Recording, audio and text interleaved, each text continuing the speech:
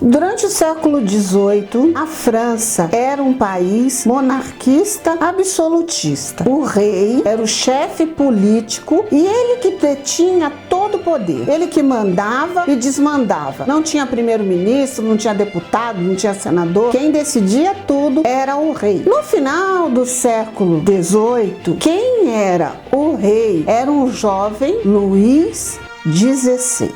A França enfrentava uma situação muito delicada. A sociedade era dividida entre o clero, a nobreza e o resto da população. Os camponeses, os burgueses, soldados. A França era muito poderosa, uma das nações mais poderosas da Europa, porque ela se envolveu em muitas guerras, porém, estes conflitos demandavam muitos gastos. E da onde que a monarquia tirava dinheiro? Dos impostos. E quem pagava imposto? Era o rei? Era o príncipe? Era a igreja? Claro que não. Eram os comerciantes e os trabalhadores, os camponeses. Sem contar que em 1788 a Europa atravessou um inverno rigoroso, muito forte, fazendo com que as plantações fossem todas destruídas. Foi impossível plantar e colher em decorrência do inverno. Isso gerou fome e isso gerou mais cobrança de impostos. Sendo assim, já estava armado o palco para a revolução que vai marcar toda a história da humanidade, a Revolução Francesa e seus ideais de igualdade, liberdade e fraternidade. No meio disso tudo, uma mulher vai ser considerada a causa, o símbolo do que há de pior na monarquia francesa. Essa mulher se chama Maria Antonieta. Olá, sou Cristiane Azevedo, este é o canal Leitura de Abelha e hoje apresento para você a biografia de Maria Antonieta, escrita pelo autor austríaco Stefan Zweig.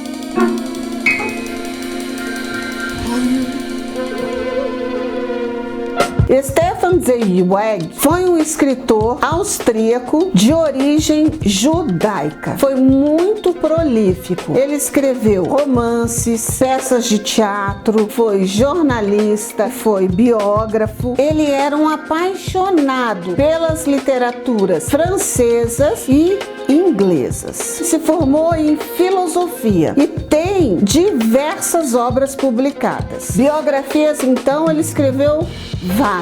Era um pacifista, apaixonado pelo seu país. Com a eclosão da Segunda Guerra Mundial e a perseguição nazista aos judeus, ele e sua esposa foram obrigados a abandonar a Europa. Inicialmente, eles se mudaram para os Estados Unidos da América e depois vieram para onde? Para o Brasil. Ele estabeleceu residência em Petrópolis, decepcionado com os rumos que a humanidade levava.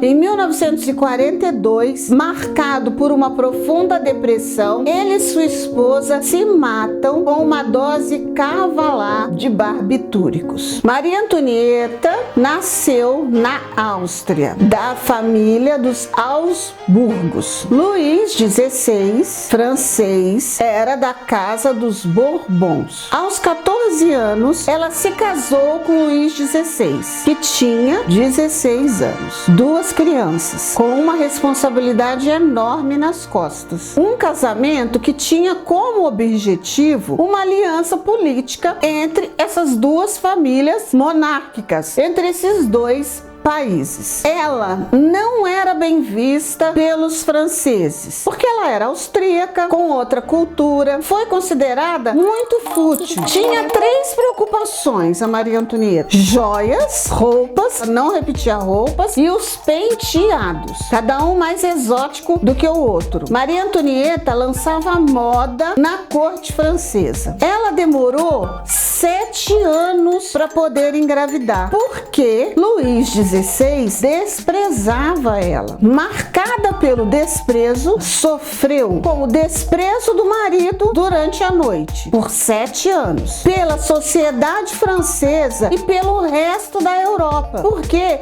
ela demorou muito para dar um herdeiro da forma como ela era desprezada em uma sociedade completamente diferente daquela que ela foi criada. Maria Antonieta se jogou na futilidade, mesmo tendo os conselhos da mãe. Dona Maria Teresa mandava inúmeras cartas aconselhando Maria Antonieta a mudar de comportamento, alertando que uma revolta estava por vir na França, que ela precisava assumir a responsabilidade que o poder que ela tinha exigia, mas os conselhos foram em vão. Enquanto ela não engravidou, Maria Antonieta continuava preocupando com o quê? Em jogar muitos gastos em dívidas de jogo, nos bailes, reformando o palácio, causando intrigas com a amante do sogro, com o cardeal, com as pessoas que cercavam o Delfim, Luís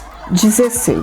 O autor desta biografia é muito detalhista. Ele utilizou, afinal de contas ele era austríaco, ele teve acesso à correspondência da rainha com a filha e a muitos outros registros para escrever esta biografia. É um livro muito detalhado. Ele traz um quê de romance. Apesar dele ser fiel à história, é uma forma quase romanesca. É muito interessante que ele consegue mostrar uma outra face da Maria Antonieta a partir do momento que ela é capturada pelos revolucionários e ela fica no cárcere. É comum do leitor, das pessoas, conhecerem o lado frívolo, o lado da coquete. O autor, ele é extremamente preciso ao descrever as relações que Maria Antonieta estabelece ou não naquela corte que ela estranhou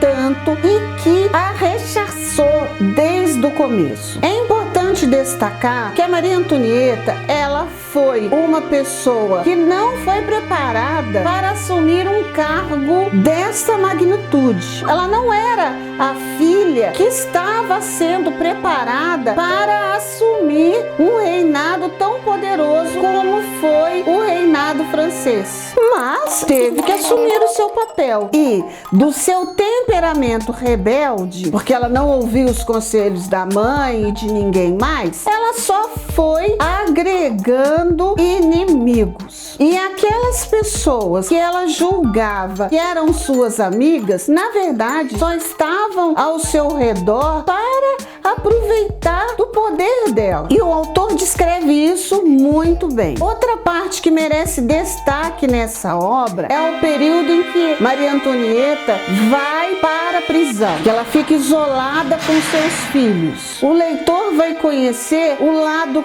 cativante da Maria Antonieta e um lado pouco conhecido das pessoas, porque a gente conhece o lado frívolo que era Maria Antonieta e não da mãe presa no cárcere, que consegue até conquistar os guardas e os carcereiros, sendo necessário estar sempre mudando a guarda. O destino de Maria Antonieta e de Luís XVI todo mundo conhece. Como disse a rainha louca de Alice no País das Maravilhas, cortem as cabeças. Ou seja, eles foram guilhotinados. Inclusive, não se sabe o destino dos filhos desse casal real. Porém, mesmo 200 anos após a morte dessa família real, Maria Antonieta continua presente na história, no cinema, nos romances. E os ideais da Revolução Francesa continuam sendo ideais que